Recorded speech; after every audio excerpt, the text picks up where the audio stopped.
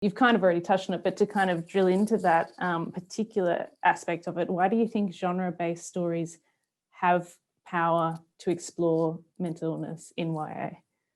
Yeah, I think it's a really fun question. I think there's a bunch of capacities to it, really. It's the idea that we come in with certain expectations or even a lack of expectations. So something I talk about there is how they use those genre modes. So we come into it the same way you start reading Harry Potter, for instance, and you don't doubt that Hogwarts is real in the text. You accept that. You have that reader-author contract.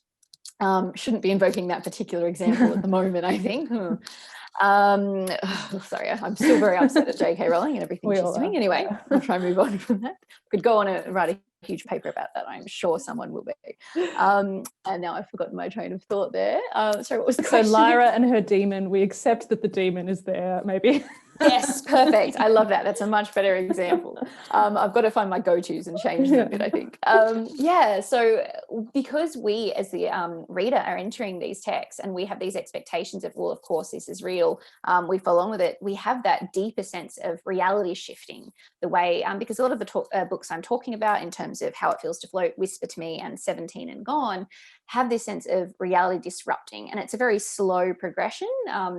We sort of enter into it, we agree with what they're seeing. We again see them as the narrator. Of course, they're telling us the truth. We understand the unreliable narrators, but we do trust them even when things start to fragment, start to fracture. So we can engage with that idea of the discovery of the self and discovery of mental illness or mental health and not necessarily be rejected by it. So we are really ingrained in that reader perspective and we experience it almost firsthand. But I think at the same time, these texts are acknowledging that there is no one universal experience for everyone. It's going to be unique. So they can really play at that and show that fracturing of reality and that separation from reality in a way, or even sometimes that alienation one can feel when they're going through this. And of course, it is entirely real and it is powerful, but we're playing with genre, so disrupting it and then revealing essentially we are in a contemporary realism narrative all along, even though we've been playing with these magic realism elements. So it can play against that idea of almost the romanticization we see in contemporary realism, or the way it can just be a bit too, I think at times I have a real issue, this is the whole thing with, YA academia, with the didactic nature of it. So we've got something that can be, and the responsibility too, this is a really important issue to play with. And I like to think, we need to, yes, have a responsibility, but we can also play with different interpretations. We can engage with it. So we've got something like John Larkin's The Pause, which is a very important novel, very much contemporary realism. For me as an academic, for me as an adult, I can look at that and go, okay, that's an important text.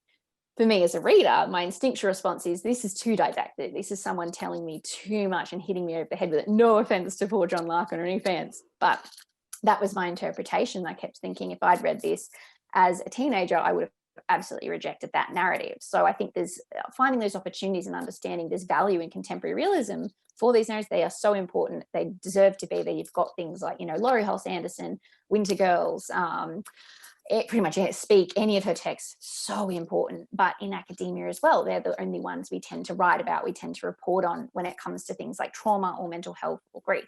So I really love seeing them in fantasy, in paranormal, in magic realism, because we have so many more opportunities to disrupt how we think of genre and how we think of character and how we think of these experiences. So playing around with that and shifting into different spaces.